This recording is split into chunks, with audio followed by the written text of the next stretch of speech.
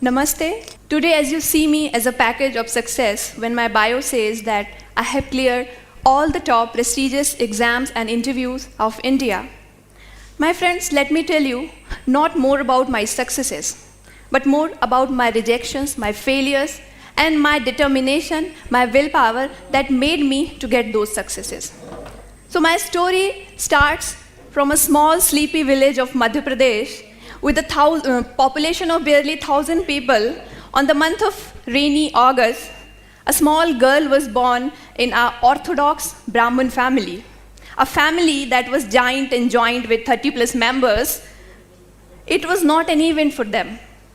There was nothing that worth celebrating happened that day when I was born. Only 2 souls on earth were happy. Obviously, they were to my parents. For rest of them, it was a normal affair. 25 years down the line, same girl, same village, and the whole family was welcoming her with garlands, band, bang, slogans like "Gaon ki beti kaisi ho, Surabhi Gautam jaisi ho," and whatnot. What made things to become so different for her? My dear friends, let me tell you how things changed, not only for me, but also for my parents, how all the perspectives got changed slowly, steadily. I was in a joint family. In a joint family, nobody gets, no children, no child gets a separate attention. So we all were treated equally. Life was okay. We were happy. I got admission in my village school, that was Hindi medium, Madhya Pradesh board school. In 5th class, something good happened with me that I remember till date. I got 100 out of 100 in my mathematics paper. 5th class was a board class. So my teacher called me and she said that, see, I have never seen anybody scoring full marks, that too in mathematics, that too in board exam. You have done this, so I think you are going to do something good in studies. That was the day when I felt appreciated and recognized, and I had given this clear message to universe that in future, all I am going to do is to be a studious girl, because with the studies comes recognition. With the studies will come appreciation for me. Otherwise, in this family, I am not going to get this at all. So I started to focus more on studies. But my heart, it always wanted to diversify. I wanted to do everything. I started to try my hand at painting, sketching, drawing. I started to do embroidery also. I was busy with my village priest in all the pujas and all the Ramayana ayojans and everything. And I was not noticing the pain that was creeping in my body. I started to feel the pain in my joints and my elbow and every joint of my body. And after some time, I was bedridden. My parents took this decision with their meager resources to take me there. We went there at a place called Jabalpur, and doctor said that your daughter has this rheumatic fever. What happens in this disease is there are viruses always present in air. Now and then they attack the body of children and they create pain. And when it becomes serious, what happens? They attack your heart and they disturb the semilunar valve. And in some cases, it leads to death also. It was a shock for them. But then they asked that what can be the possible treatment. As a treatment, doctor suggested that she should be given the dose of antibiotic, and that antibiotic was penicillin.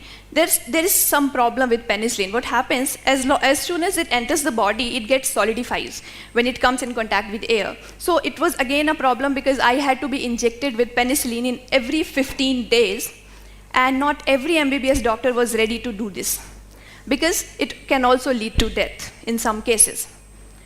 So in village, in every 15 days, it was also difficult to get a skilled doctor to inject me with the confidence that I will not die. Well, life was going okay. There was a problem of electricity in my village, so I had to study in kerosene lamp. I had other problems. There was no tuition. School situation was also very bad. Then the second best thing of my life happened. It was the 10th class result. My 10th results came, and I again scored 100 out of 100, this time not only in mathematics, but also in science. And my percentage were good enough to place me in the state merit list. Well, I became a pseudo celebrity of my village. I was in news for quite a week, and the newspaper interviewer came to me, and he started to ask me questions, how you did this, this is a great achievement and all. And at last he asked one question, Surabhi, what do you want to become when you grow up? What is your career choice? Well, I was not knowing what a career is. All I was knowing that, okay, I'm good at dancing, so I can be a dancer. I can be a singer too. I can paint also. But a career, I told him, sir, I cannot recall anything. I cannot answer this question to you. He said, come on, you have to answer this. You have got a place in merit list. Suddenly, a word flashed in my mind out of nowhere, and I said, I want to be a collector. Well, he got the headline for the next day, and I was damned.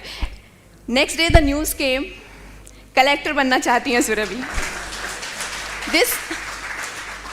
This news changed, course of everything for me after that. Everyone was coming to my home with the sweets to my parents, and they were saying that, Gautam ji, aapki ladki kuch acha karegi. I was enjoying all that limelight, but I was not knowing how to be a collector, what a collector is, and how important he is for society.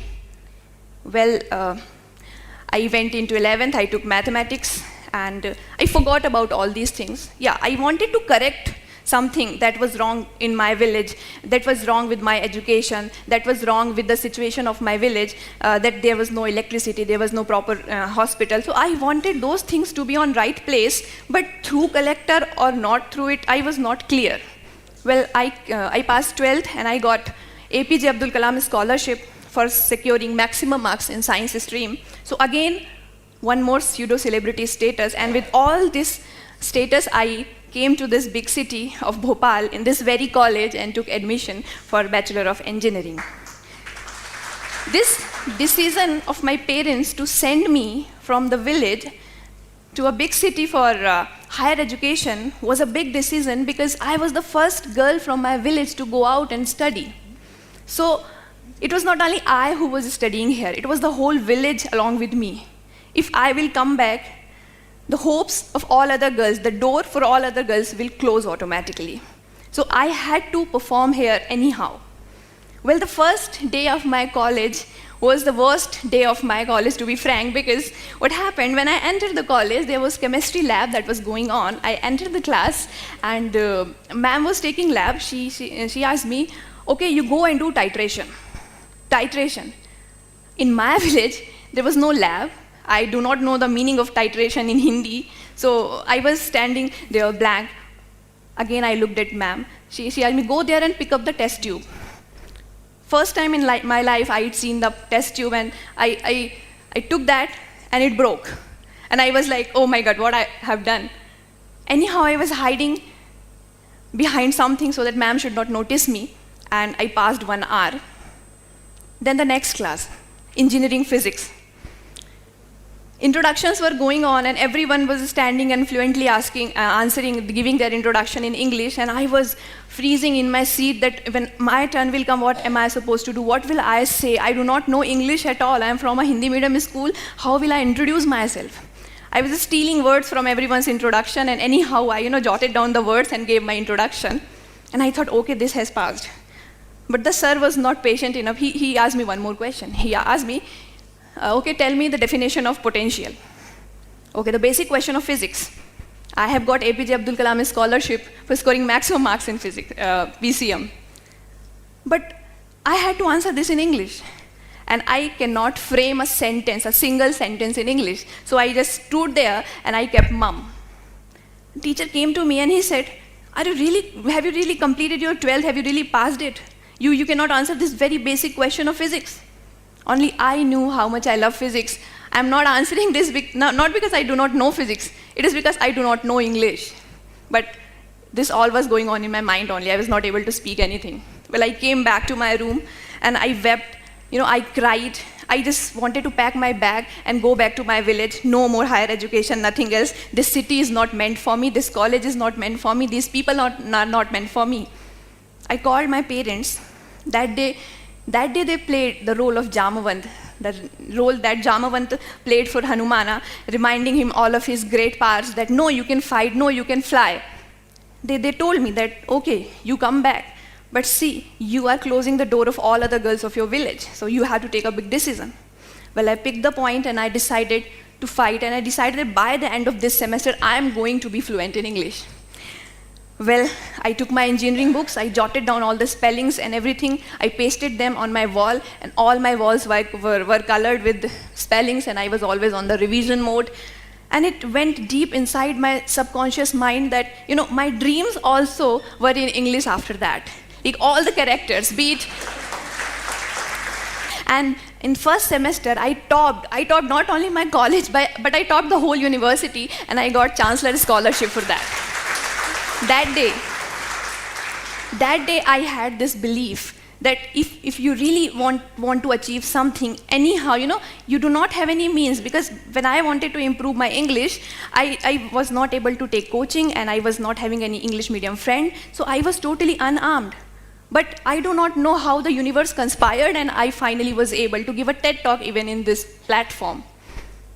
Well, the college passed, and I completed my college when I was 20 and half, so you need 21 years as minimum age for UPSC exam. So meanwhile, I wrote GATE exam, ISRO exam, BARC exam, SAIL exam, MPPSC exam, and after 6 months, I wrote IES exam.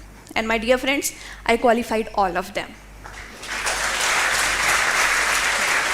When the first call letter that I got, that was from Bhabha Atomic Research Center, Department of Atomic Energy, Mumbai. So I was very excited. Okay, I'm going to give this highly, touted as one of the most toughest interview of India. So I was about to appear in that interview. I consulted some of my seniors about how it can be, how should I prepare for it.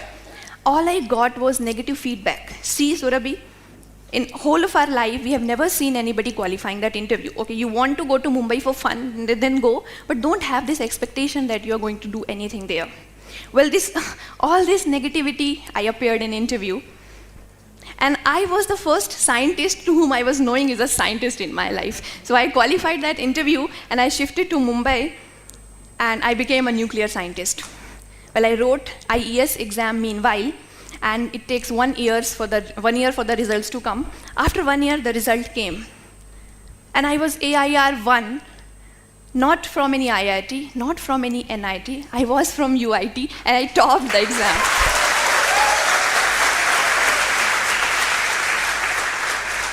I was the first lady in India to top engineering service exam, and my marks were maximum marks in history of UPSC till date. So finally, after becoming a Sarkari officer, I resigned from BARC and I joined Indian Railways through engineering service, and I went to Sikandrabad for railways training. I was getting salary, there is no financial problem. I was getting respect from society, so I did not to study anymore, no hard work, so all party was waiting for me. And I was very excited, okay, life is now going to be a smooth ride, no more hard work, no more sacrifices and all, I have done enough. Well, I joined railways, and I was thinking to enjoy. I was trying hard to enjoy and be happy, but I was not happy. And I was not knowing what is wrong with all these things. So I called my mother, and I asked her, why is it happening with me? Why I'm not enjoying all this? She said me, do you remember your 10th class interview? Have you ever read that piece of paper again, that you said you want to be something or you want to do something for your village and all those things? Was this struggle was only for a Sarkari job or a good salary, or was something for something else also? Well, I really recalled and I read this interview again, and I don't know how many times in my life I've read it, and I decided to prepare for civil service examination. Well, this examination, I want to say, is one of the toughest exam in not only India but of world. 11 lakh aspirants appear for this, and mostly it takes 4 or 5 attempts for them to clear. Students in Delhi, if you will go there and see, they are giving their 24 hours every day and preparing for this exam. And I was doing the job of railways, was deciding to prepare for this exam. I was hardly getting 3 or 4 hours from my training to prepare for this exam. I could not take leave in training also. So the decision was going to be very tough decision for me, but with all those things, I decided to go ahead and I started my preparation. I was mostly on train roaming for railway training, so I bought a tab and I downloaded all the things. So I started reading online. I read in mobile. I read in my tab, and I was mostly on stealing mode. I was stealing minutes from hours. And sometime I felt frustrated. I felt like giving up. Again, I called my mom. She was a continuous mentor for me. So I called her. I said, see, even after becoming a sarkari afsar, I have to do again all these things. Life is so miserable for me. I was never enjoying when I was a child, and today also when I'm an officer, I'm not enjoying. I'm only doing studies, and I don't know where it is going to lead. Am I going to qualify it or not? I'm not sure, but still I'm again studying all the time. She said me one thing. See, you are 23. When I was 23, I had 3 children. The youngest of them was 10-month old. I had a family of 30 plus members to whom I had to cook meal. Then I had a job 10 kilometers away from our village to another village. So I had to go do that also. And then I had allergic skin. So for that I had to visit doctor and I have to cover my body all the time. So I had all these problems, but I never complained. You, on the other hand, do not have any social responsibility, familial responsibility. All you have is your dream. All you want is to prove for yourself, because for others you have already proved. Now this is your task, you have to do, and you are saying life is difficult at you. You need to change your lenses, beta. That day, I stopped complaining mostly, at least with her, and I was totally on a mission mode.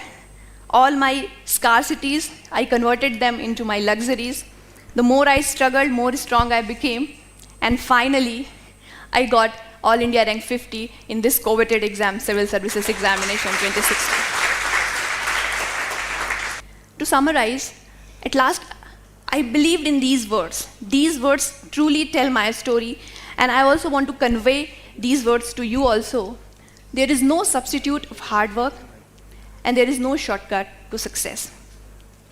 And my own 4 lines that I wrote, I want to say, जो नहीं मिला है उसका गम जो करती, जो नहीं मिला है उसका गम जो करती, हासिल मौकों में फिर यूं नहीं संवरती. किस्मत से लड़कर पाना भी तो जिद है, किस्मत से लड़कर पाना भी तो जिद है, ये बातें मुझ में फिर यूं नहीं उभरती. मुझको भी गम होता था ना मिलने का, लेकिन खुद से ही वादा था चलने का. मुझको भी गम होता था ना मिलने का, लेकिन खुद से ही वादा था चलने का. कदमों ने जितना नापा उतना कम है, कदमों ने जितना नापा उतना कम है, यही रहस्य है मंजिल से मिलने का, यही रहस्य है मंजिल से मिलने का. Thanks for being